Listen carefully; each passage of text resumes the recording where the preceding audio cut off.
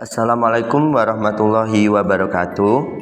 Halo teman-teman, di sini kami dari kelompok 1 akan membahas materi tentang hakikat sistem pendidikan nasional. Langsung kita mulai saja ya teman-teman.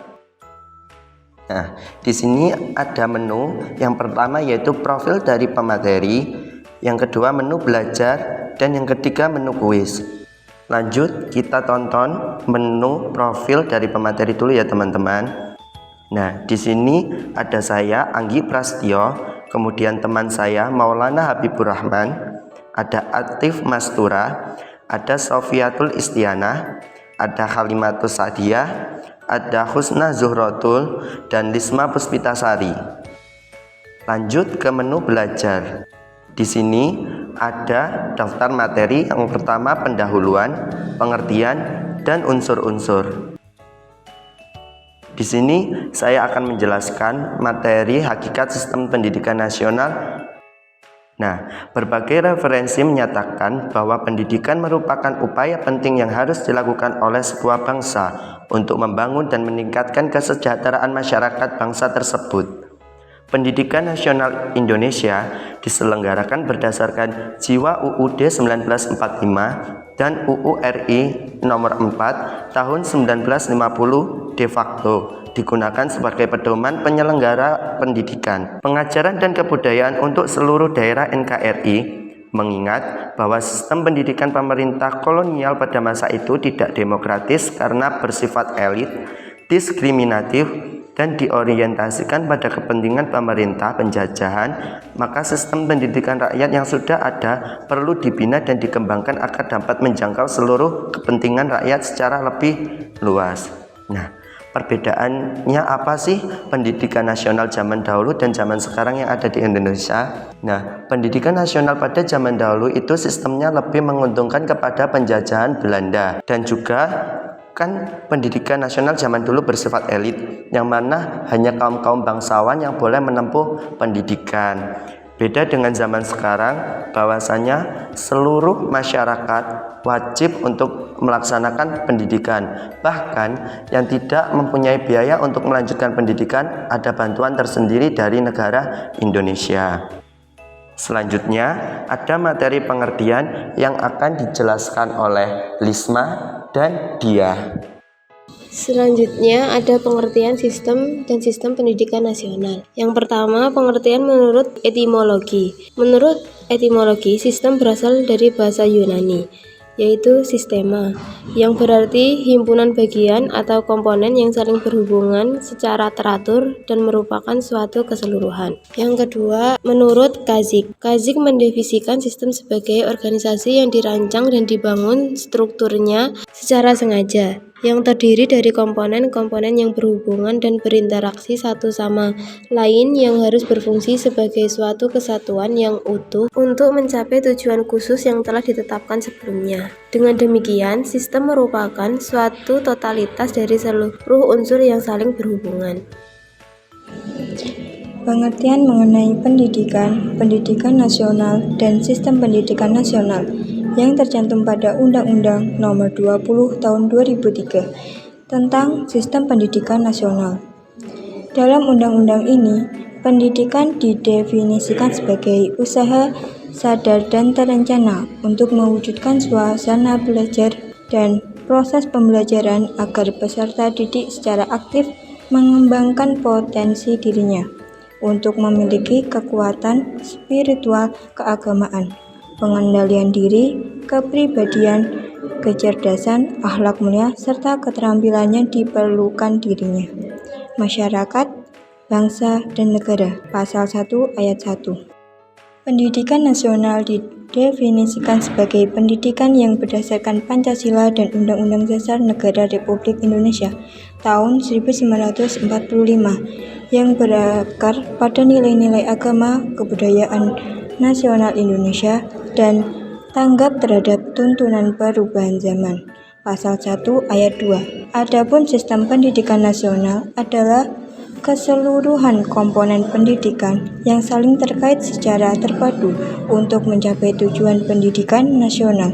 Pasal 1 ayat 3. Sistem pendidikan nasional dapat dikatakan sebagai jaringan satuan-satuan pendidikan yang dihimpun secara komprehensif untuk mencapai tujuan pendidikan nasional. Nah, selanjutnya ada materi unsur-unsur yang akan disampaikan oleh Atif dan juga Habib. Simak dengan benar-benar ya teman-teman. Unsur-unsur pokok sistem pendidikan nasional. Yang pertama menurut Philip H. Combs yang dikutip oleh Depdikbud, mengidentifikasi adanya 10 komponen pokok sistem pendidikan sebagai berikut. Yang pertama, tujuan dan prioritas. Fungsinya adalah untuk mengarahkan kegiatan sistem. Yang kedua, ada anak didik atau siswa. Fungsinya adalah belajar hingga mencapai tujuan pendidikan. Yang ketiga, ada pengelolaan. Fungsinya adalah merencanakan, mengkoordinasikan, mengarahkan, dan menilai sistem. Yang keempat, ada struktur dan jadwal.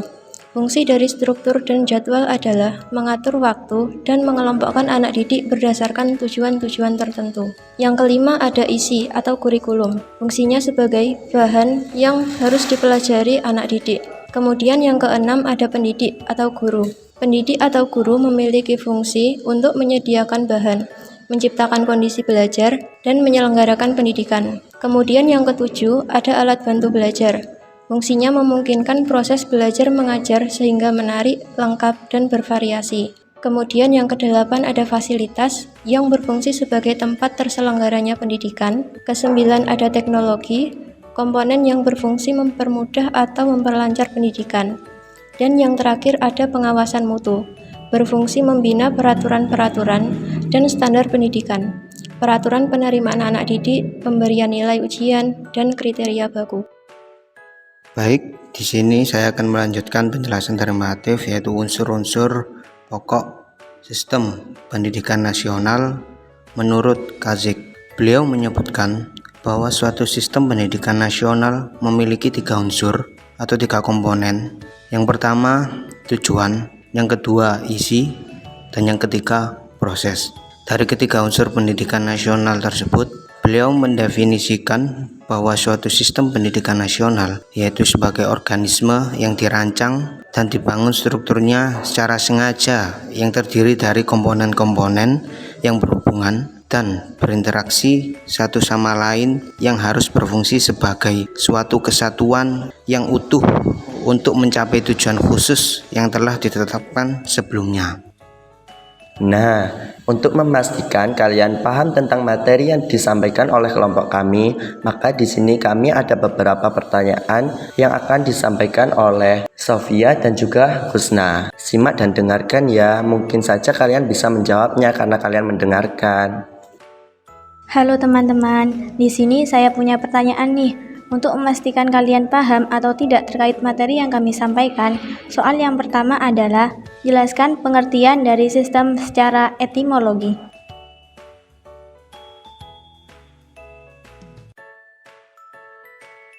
Apa kalian tahu jawabannya?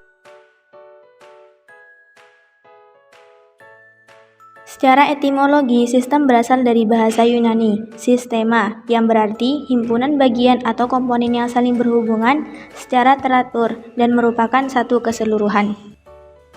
Oke, kita lanjut ke soal yang kedua ya teman-teman, yaitu pertanyaannya adalah pendidikan nasional Indonesia diselenggarakan berdasarkan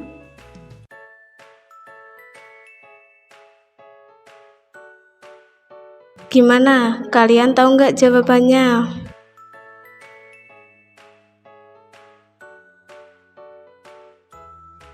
Jawabannya adalah pendidikan nasional Indonesia diselenggarakan berdasarkan jiwa Undang-Undang Dasar 1945 dan bahwa Undang-Undang Republik Indonesia Nomor 4 Tahun 1950 de facto digunakan sebagai pedoman penyelenggaraan pendidikan, pengajaran, dan kebudayaan untuk seluruh daerah negara kesatuan Republik Indonesia. Apakah jawabannya sama dengan kalian? Jangan lupa untuk terus belajar ya teman-teman, semangat terus. Kurikulum, mata kuliah pengantar pendidikan, materi hakikat sistem pendidikan nasional, subbab pengertian sistem dan sistem pendidikan nasional, unsur-unsur pokok sistem pendidikan nasional. Dosen pengampu Erni Septianawati, SPD MSc, presentator kelompok 1. Nah, Cukup itu ya dari kelompok kami, kurang lebihnya mohon maaf. Kalau ada pertanyaan-pertanyaan yang ingin kalian sampaikan, silakan komen di kolom komentar ya teman-teman. Terima kasih. Wassalamualaikum warahmatullahi wabarakatuh.